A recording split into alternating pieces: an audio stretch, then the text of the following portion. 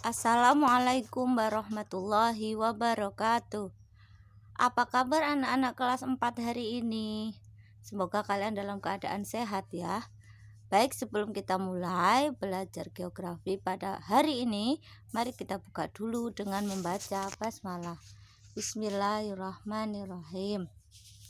Baik, jumpa lagi dengan Bu Hikmah. Hari ini kita akan melanjutkan pelajaran geografi, masih tentang bentuk-bentuk fisik yang ada di Indonesia ya. Kalau kemarin kita sudah belajar tentang dataran tinggi dan dataran rendah, hari ini kita akan belajar tentang perairan.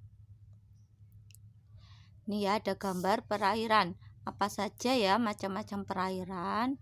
Nah, sebelumnya kita harus tahu dulu apa itu perairan. Nah, pengertian perairan ya. Perairan adalah suatu kumpulan massa air pada suatu wilayah tertentu, baik yang bersifat dinamis, bergerak atau mengalir seperti laut dan sungai, maupun statis, tergenang seperti danau. Perairan ini dapat merupakan perairan tawar, payau, maupun asin seperti laut. Nah, sekarang apa saja jenis-jenis perairan yang ada di Indonesia? Yang pertama adalah sungai. Sungai adalah perairan yang airnya mengalir secara terus-menerus pada arah tertentu, berasal dari air tanah, air hujan, dan atau air permukaan yang akhirnya bermuara ke laut atau perairan yang terbuka. Sungai di Indonesia ada banyak ya. Ada sungai kalau di Jogja ada Kali Progo, kalau di Sumatera ada Sungai Musi, ada Sungai Batanghari, di Kalimantan ada Sungai Mahakam, Sungai Kapuas, dan masih banyak sungai yang lain yang ada di Indonesia. Nah, sekarang apa saja manfaat sungai bagi kehidupan? Ternyata Allah menciptakan sungai juga ada manfaatnya bagi kehidupan manusia. Yang pertama sebagai untuk irigasi atau pengairan yang bisa mengairi lahan pertanian. Yang kedua, sungai juga bisa menjadi tempat budidaya ikan, bisa dengan keramba ya. Kemudian yang ditaruh di sungai, dan juga sungai juga buat mencari ikan. Kemudian sungai juga bisa menjadi tempat perdagangan seperti yang ada di sungai di Kalimantan. Jadi sungainya jadi pasar, tempat perdagangan. Selanjutnya, sungai juga bisa menjadi sarana transportasi pengganti jalan. Jadi bisa untuk lewat alat transportasi. Alat transportasi apa ya yang lewat di sungai? Ya, alat transportasi laut atau air berupa kapal, perahu ya. Kalau di sungai-sungai besar itu terdapat perahu yang bisa mengangkut seseorang dari satu tempat ke tempat yang lain. Selain itu, sungai juga bisa menjadi sarana olahraga atau tempat rekreasi. Nah, kalian pernah pergi ke sungai atau outbound untuk di sungai ya, seperti daerah Kars Tubing ya, dengan menaiki ban itu ya, asik nggak ya? Asik sekali ya pastinya. Kemudian yang terakhir, manfaat sungai adalah sebagai pembangkit listrik tenaga air yang bisa menghasilkan listrik. Nah, itulah manfaat sungai bagi kehidupan manusia. Nah, perairan yang kedua yang ada di Indonesia adalah danau. Apa itu danau? Danau adalah cekungan besar di permukaan bumi yang digenangi oleh air, bisa air tawar ataupun air asin, yang seluruh cekungan tersebut dikelilingi oleh daratan. Danau itu terbentuk dari letusan gunung berapi. Jadi bekas kawahnya itu digenangi air dan nanti akan terbentuk danau atau retakan ya dari gempa bumi. Nah, danau itu ada yang alami, ada yang buatan. Kalau yang alami disebut danau dan yang buatan itu disebut waduk. Di Indonesia terdapat banyak danau dan juga waduk. Nanti waduk juga ada fungsinya sendiri ya, biasanya dibuat untuk menampung air hujan sehingga tidak terjadi banjir dan juga bisa untuk irigasi. Nah, kalau danau itu sendiri apa saja ya manfaatnya? Ternyata danau juga banyak manfaatnya loh. Yang pertama, danau itu juga buat irigasi atau pengairan ya. Ini ada danau yang dibuat bendungan kemudian untuk mengairi lahan pertanian. Kemudian manfaat danau yang selanjutnya juga untuk budidaya ikan seperti yang terdapat di Danau Toba. Ini budidaya ikan di Danau Toba yang ada di Sumatera Utara. Kemudian danau juga menjadi objek wisata. Biasanya wilayah di sekitar danau itu indah. Ada banyak danau di Indonesia yang menjadi objek wisata. Misalnya Danau Toba, Danau Kelimutu, ya, Danau Singkara, semuanya menjadi tempat objek wisata. Dan yang terakhir, danau juga ternyata bisa untuk menjadi pembangkit listrik tenaga air danau yang akan menghasilkan listrik. Nah, yang selanjutnya perairan yang ada di Indonesia adalah rawa. Yang ketiga, rawa. Apa itu rawa? Rawa adalah genangan air daratan pada cekungan yang relatif dangkal yang sering ditutupi oleh tumbuhan air. Nah, nih. Jadi ada banyak macam bentuk rawa ya. Ada rawa yang di di atasnya tumbuh rerumputan atau pakis, dan ada juga rawa yang ditumbuhi pepohonan seperti bakau.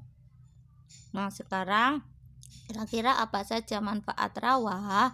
Rawa yang pertama bisa untuk lahan pertanian atau misalnya menanam padi. Nah, di daerah rawa-rawa itu sangat subur untuk menanam padi karena lahannya biasanya gambut dan memiliki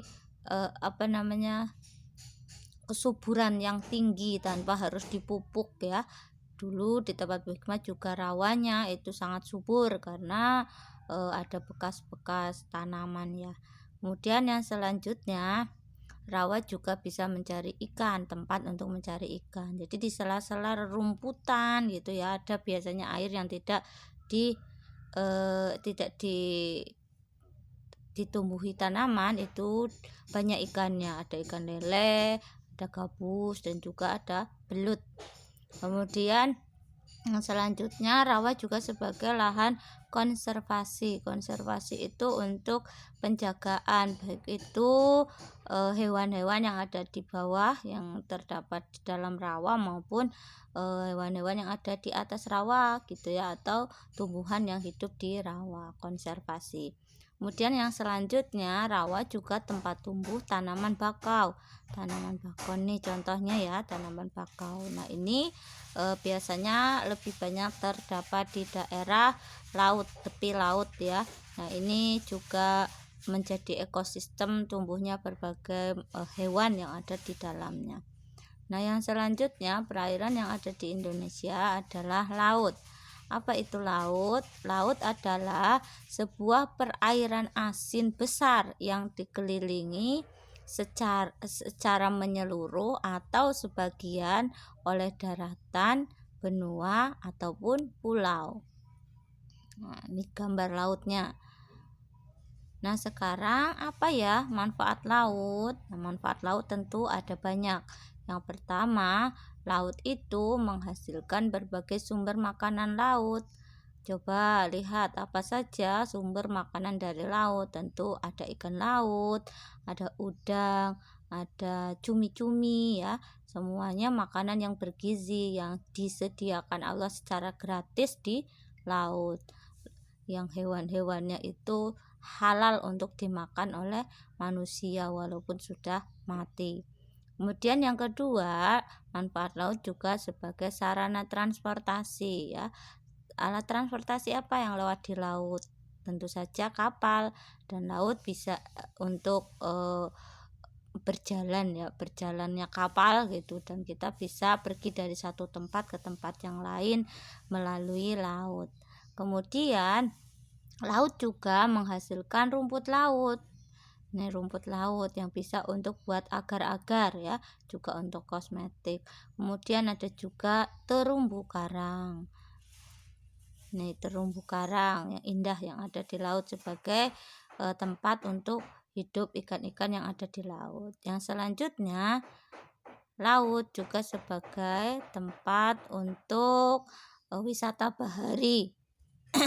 Baik itu di permukaannya maupun dalam ya, di dalam lautnya itu ada lautan yang memiliki terumbu karang yang indah, banyak ikan-ikan yang indah, itu kemudian dijadikan tempat menyelam ya, dijadikan tempat untuk wisata bahari.